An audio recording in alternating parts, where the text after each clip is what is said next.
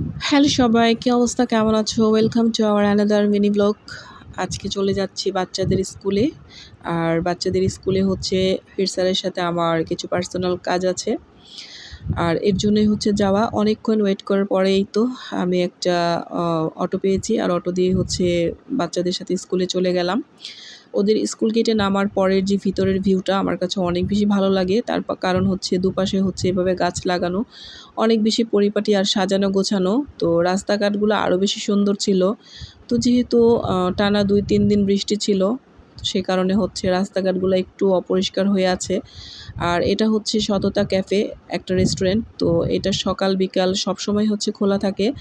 তো চাইলে বন্ধুদের সাথে এখানে আড্ডা দেওয়া যায়, বিকেলে চা কফি পাওয়া যায়। আর এই তো কথা বলতে বলতে চলে আসলাম স্কুলে। আর আমি যেহেতু হেড স্যারের সাথে কথা বলবো, তো স্যার হচ্ছে মিটিংয়ে আছে, আমিও ওয়েটিংয়ে আছি। তো বাইরের যে ভিউটা সেটাই নিচ্ছিলাম। আমার কাছে অনেক বেশি ভালো লাগছিল।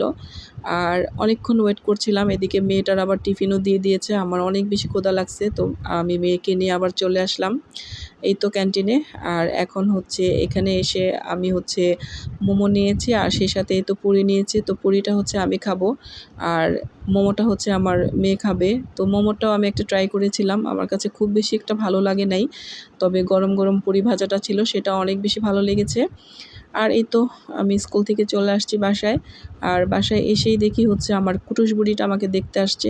আমি যেহেতু অনেক দিন ধরে অনেক বেশি অসুস্থ ছিলাম। আর কুটুস বুড়িটা আমাকে দেখতে আসছে বিকেলে ওর বাবা-মাকে নিয়ে। আর এসেই হচ্ছে আমাকে বলতেছে, "ফুপ্পি, আমি যে তোমার বাসায় আসছি, আমাকে একটা ব্লগ করো।" তো সে আবার দৌড়ে হচ্ছে মেইন গেটের কাছে গেল। তাকে আমি আবার আরেকটু ভিডিও করে নিলাম। আর এই তো এখন হচ্ছে আমার রুমে বসে বলতেছে, "তোমার জন্য অনেক কিছু নিয়ে আসছি। ওইগুলোরও ভিডিও করতে হবে কিন্তু।" আর এই তো ওর খাবার-দাবারের ভিডিওগুলো হচ্ছে আমি করে নিলাম। আর আমার এই ছোট্ট মিনি ব্লগটা কেমন লাগলো অবশ্যই কমেন্ট করে জানিও। আজকে এই পর্যন্তই। আল্লাহ হাফেজ।